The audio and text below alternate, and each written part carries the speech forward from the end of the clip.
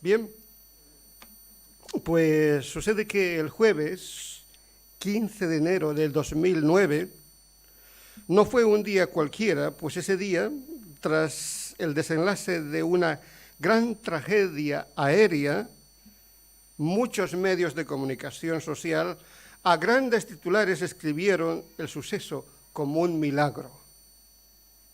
Sucede que el vuelo de 1549 con destino local a Charlotte, Carolina del Norte, despegó como era de costumbre, de forma habitual.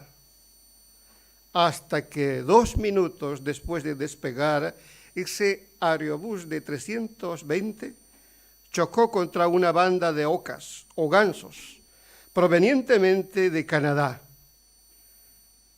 Algunas aves fueron tragadas por la propulsión de las turbinas a chorros, provocando un auténtico desastre a la nave, justamente cuando el avión se inclinaba a volar hacia el norte, la zona más poblada de esa ciudad.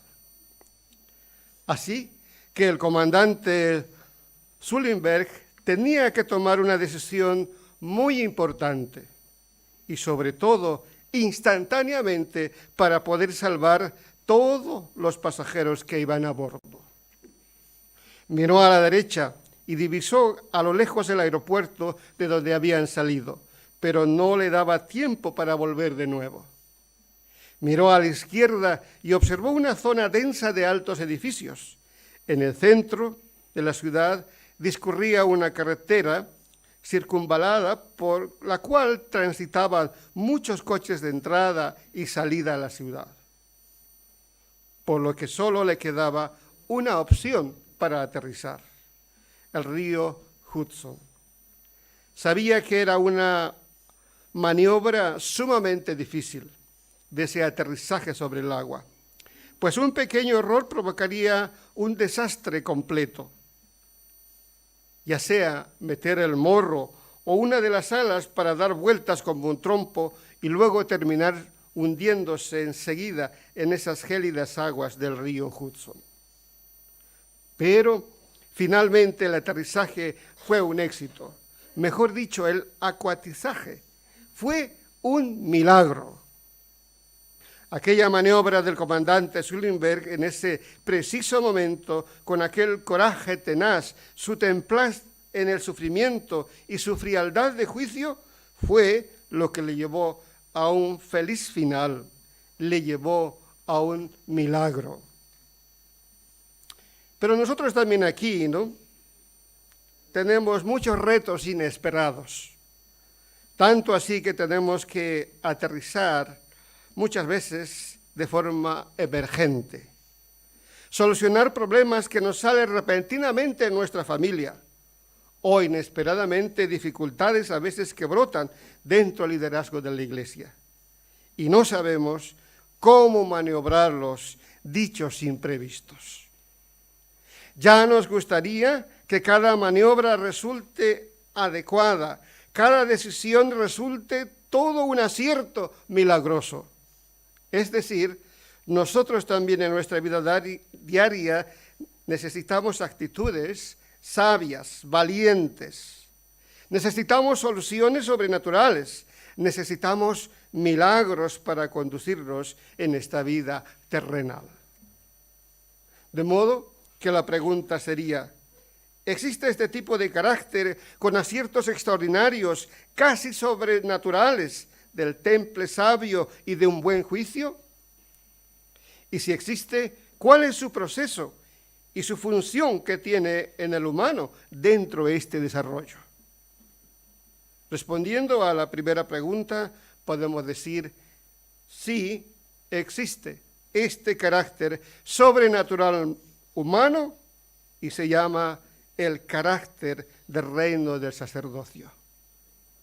Respondiendo a la segunda pregunta en cuanto al proceso y su función de ese carácter sobrenatural, desde las Sagradas Escrituras podemos decir: con la primera llegada de Cristo a la tierra, ese carácter ya ha empezado y su función es que prosiga con sus seguidores de Cristo.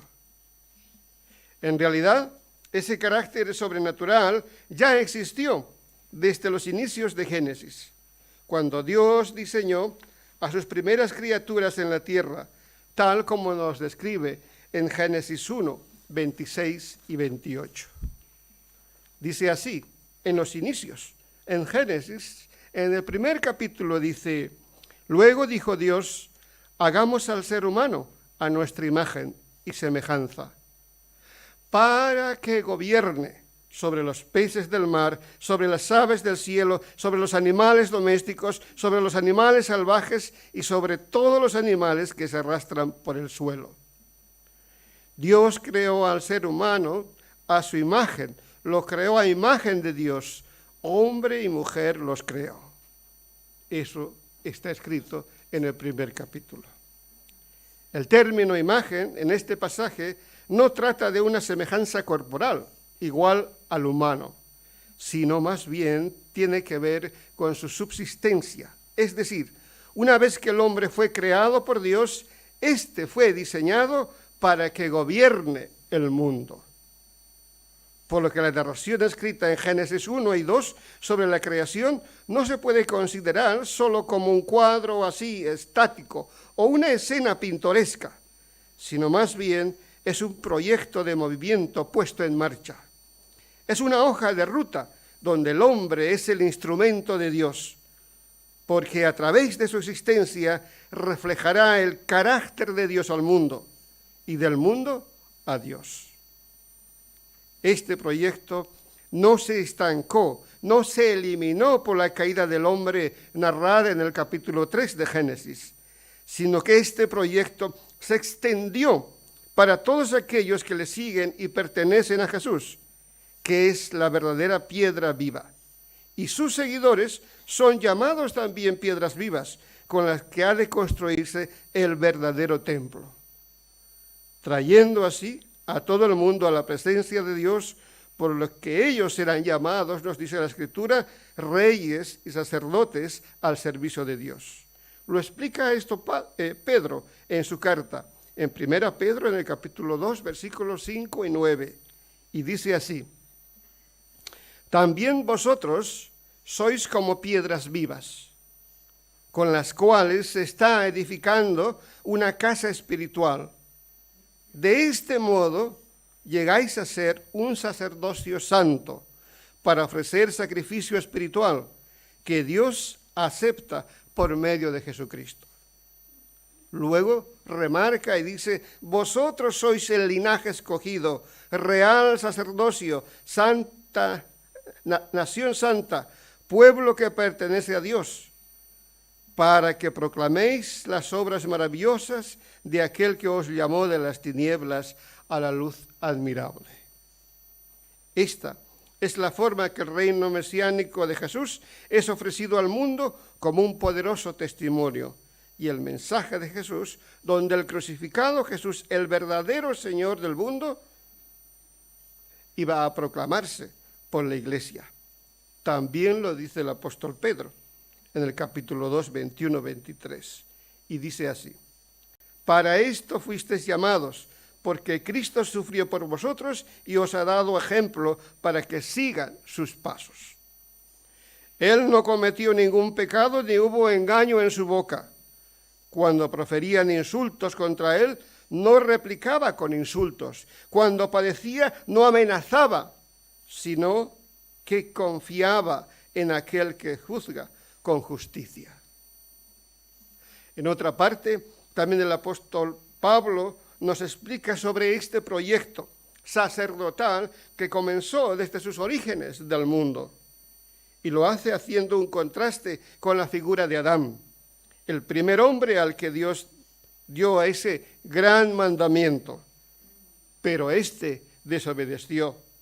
Mas Jesús fue el obediente, el que llevó el plan de Dios hasta el final, para que los que le siguen a él sean estos auténticos seres humanos, creados como en el principio de la creación. Dice el texto: por medio de un solo hombre el pecado entró en el mundo, y por medio del pecado entró la muerte. Fue así como la muerte pasó a toda la humanidad, porque todos pecaron. Sin embargo, desde Adán hasta Moisés, la muerte reinó, incluso sobre los que no pecaron, quebrantando un mandato, como lo hizo Adán, quien es figura de aquel que había de venir. Pero el pecado de Adán no puede compararse con la gracia de Dios, pues si por los pecados de un solo hombre murieron todos, ¿cuánto más el don que vino por la gracia de un solo hombre, Jesucristo, abundó para todos? Tampoco se puede comparar el regalo de Dios con las consecuencias del pecado de Adán. El juicio que lleva a la condenación fue resultado de un solo pecado, pero la dádiva que lleva a la justificación tiene que ver con una multitud de pecados. 2 versículos después, describe la manera triunfal de la meta de esa restauración de ese proyecto de Dios desde los inicios de los primeros capítulos de Génesis. Y dice, por lo tanto, así como un solo pecado causó la condenación de todos, también un solo acto de justicia produjo la justificación que da vida a todos. Porque así como por la desobediencia de un solo, muchos fueron hechos pecadores, también por la obediencia de uno solo, muchos serán hechos justos. Así que Pablo, de esa forma, nos remonta desde Génesis 1, haciéndonos notar que Jesucristo ha puesto de nuevo en marcha el proyecto humano, donde supera el problema provocado por haber comido del árbol del conocimiento del bien y del mal, y va hacia gustar en el futuro del árbol de la vida escrito en Apocalipsis 22. Porque luego dice así en Apocalipsis: luego el ángel me mostró un río de agua viva, claro como el cristal que salía del trono de Dios y del Cordero, y corría en el centro, en las calles principales de la ciudad. A cada lado del río estaba el árbol de la vida, que produce 12 cosechas al año, 1 por mes, y las hojas del árbol son para la salud de las naciones. Apocalipsis 22, 1, 2. Como veis hasta aquí, lo que estoy relatando es un proyecto que nace en el principio y un proyecto que pone en marcha Jesucristo y hace mostrar lo que ocurrirá ahí en el cielo. Hay otros pasajes también en el Nuevo Testamento muy interesantes, muy instructivos, que complementan esta visión comprometedora del futuro de Dios. Pero a la misma vez también nos anuncia que estas tareas sacerdotales, sin lugar a duda, deben ser anticipadas aquí en la tierra y deben ser expresadas en nuestro presente. 1 Corintios capítulo 6, 1 al 5, dice de esta manera: si alguno de ustedes tiene un pleito con otro, ¿cómo es que se atreven a presentar demanda ante los injustos en vez de acudir a los creyentes? ¿Acaso no saben que los creyentes juzgarán al mundo? Si ustedes han de juzgar al mundo, ¿cómo van a ser capaces de juzgar casos insignificantes? ¿No saben que aún a los ángeles los juzgaremos? ¿Cuánto más los asuntos de esta vida? Por tanto, si tienen pleitos sobre tales asuntos, ¿cómo es que nombran como jueces a los que no cuentan para nada ante la iglesia? Digo esto para que les dé vergüenza. ¿Acaso hay entre ustedes alguien lo bastante sabio como para poder juzgar un pleito entre creyentes? Al contrario, un hermano demanda a otro. Y esto, ante los incrédulos, ¡qué vergüenza!, dice Pablo en 1 Corintios capítulo 6, 1, 5. Cuando Pablo dice, ¿no sabéis? Nuestra respuesta inmediatamente sería, no, realmente no sabemos, ¿no? Pero Pablo tenía las cosas claras. Ya había escrito el tema en otros escritos. Por ejemplo, en 2 Corintios cuando dice, porque es necesario que todos compadeceremos ante el tribunal de Cristo, para que cada uno reciba lo que le corresponda, según lo bueno o lo malo que haya hecho mientras vivió en el cuerpo. Y también dijo que el propio Jesús sería el juez. En otro texto en Romanos, Pablo dice, así sucederá el día en que por medio de Jesucristo Dios juzgará los secretos de toda persona, como declara el Evangelio, Romanos 2, 19. Así que dentro de esta actividad enjuiciadora, Pablo le recuerda a la iglesia de los Corintios que al menos debían esperar hasta cierto día de juicio, donde los santos actuarían como jueces pertinentes y sabios. Pero adelantarse a ello, alquilar abogados paganos, era una torpeza. Digo esto, dice, para que les dé vergüenza. ¿Acaso no hay entre ustedes alguien lo bastante sabio como para poder juzgar los pleitos entre creyentes? Y de una manera irónica, por tal comportamiento presumido de gobierno carnal y torpe, Pablo replica a la iglesia de Corintio diciendo, ¿quién te distingue de los demás? ¿Qué tienes que no haya recibido? Y si no lo recibiste, ¿por qué presumes como si no lo hubieras dado? Ya tienes todo lo que deseas. Ya se ha enriquecido, han llegado a ser reyes, y eso sin nosotros. Ojalá que fueran reyes, para que también nosotros reinemos con vosotros. 1 Corintios 4:7. Así Pablo responde a esta fanfarronada de gobierno carnal en demandarse entre unos a otros. No era más una actitud ausente de carácter sacerdotal. Por lo contrario, ellos no deberían olvidar algo sumamente importante sobre el verdadero gobierno sacerdotal, les recuerda. Y Pablo les dice en 1 Corintios 3, que nadie base su orgullo en el hombre. A fin y al cabo, todo es vuestro, ya sea de Pablo, ya sea de Apolos, ya sea de Cefas, o el universo, o la vida, o la muerte, o lo presente, o lo porvenir. Todo es vuestro. Y vosotros sois de Cristo, y Cristo es de Dios. Es decir, el estatus del papel del gobernador de Cristo como rey y sacerdotes ya estaba definido en la virtud a la cruz. Con la cruz ya lo tenían todo. Por lo tanto, ese carácter exquisito, sacerdotal, debería aplicarse en cualquier momento imprevisto de pleitos. Y mucho más con las soluciones enriquecedoras dentro de la iglesia de Corinto. Por eso Pablo en capítulo 6, 2, irónicamente le reprende diciendo, dices que ese estatuto de gobierno sobrenatural, sabio y valiente de reyes y sacerdotes, ¿no lo tienen? Pues sí lo tienen, desde que Cristo alcanzó en la cruz. Ese gobierno abarca toda la profundidad de su gobierno, pues todo es vuestro, todo os pertenece. Así que la excusa de la iglesia de Corinto de no haber oído el sacerdocio real no era una disculpa ante tal comportamiento torpe de alquilar abogados paganos para el juicio entre creyentes.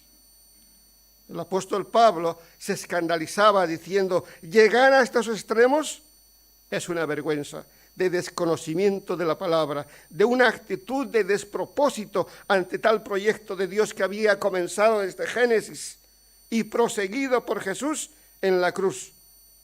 Por lo que deberían tener siempre en cuenta y es siempre presente que todo es vuestro, todo os pertenece.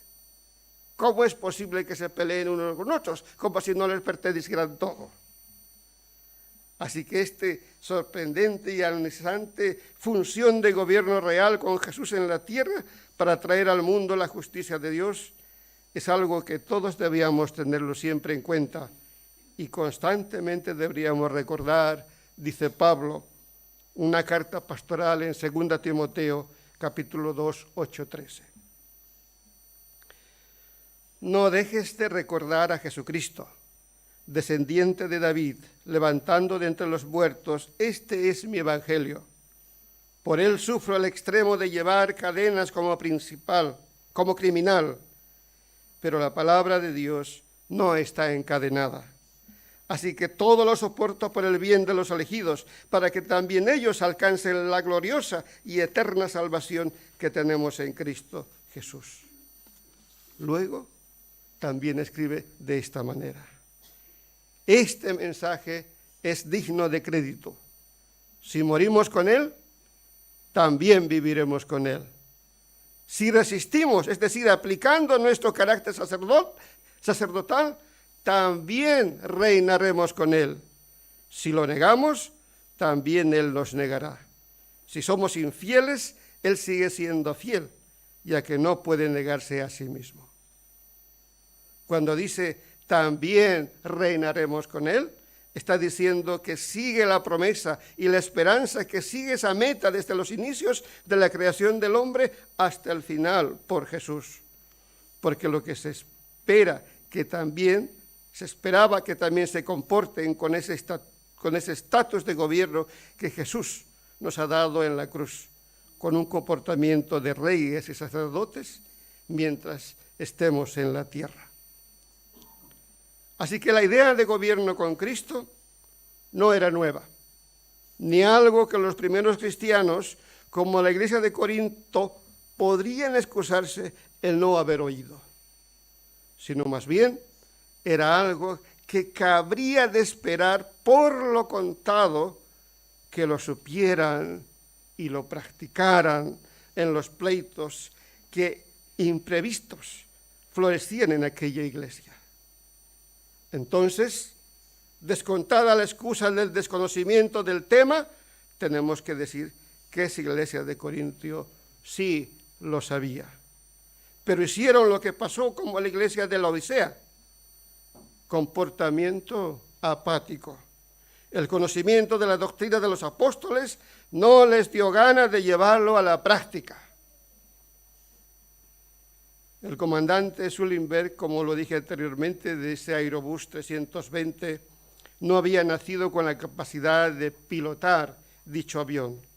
Mucho menos no nació con esa pericia que exhibió en esos 2 minutos de reacción ante tal tragedia, sino que toda esa excelencia de reacción resultó un milagro, lo obtuvo trabajando continuamente, día a día, pasando de lo entendido al hecho, una y otra vez, de práctica en práctica, hasta que cuando sucede el momento, la bendita reacción de lo aprendido no sea nada extraño, y ese carácter sabio y adecuado salte automáticamente.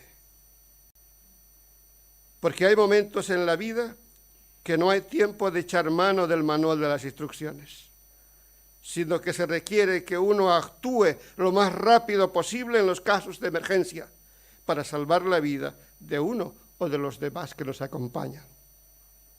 Y como solemos decir, la práctica hace al maestro, pues la práctica de lo conocido en el ejercicio del carácter sacerdotal será lo que nos salve a nuestras familias del fracaso, del desacierto, de nuestras responsabilidades. La práctica, solo la práctica sacerdotal, nos hará experimentar el milagro, como aquel éxito de aquella tragedia aérea sobre ese río Hudson. Así que no tenemos excusa de no saber sobre el carácter sacerdotal, sino al contrario, practicarlo, aun con lo poco que se sabe, así como aquellos siervos a los que, habiendo sido fieles en lo poco, se les confiarán en lo mucho, dice las Escrituras en Mateo 25. Dice así: su Señor respondió: hiciste bien, siervo bueno y fiel. En lo poco has sido fiel, te pondré a cargo de mucho más. Ven a compartir la felicidad de tu Señor. Llegó también al que llegó 2,000 monedas. Señor, informó, usted me encargó 2,000 monedas.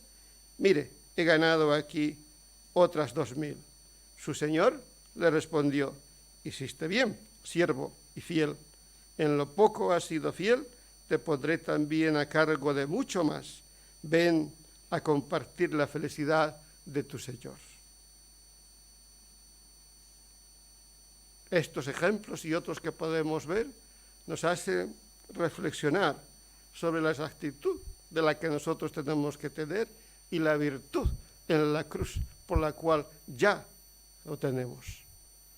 Cosas que hay que ponerlas en función para que cualquier momento en los cuales son tan imprevistos, este carácter sublime del Señor pueda resolver cualquier situación tan difícil.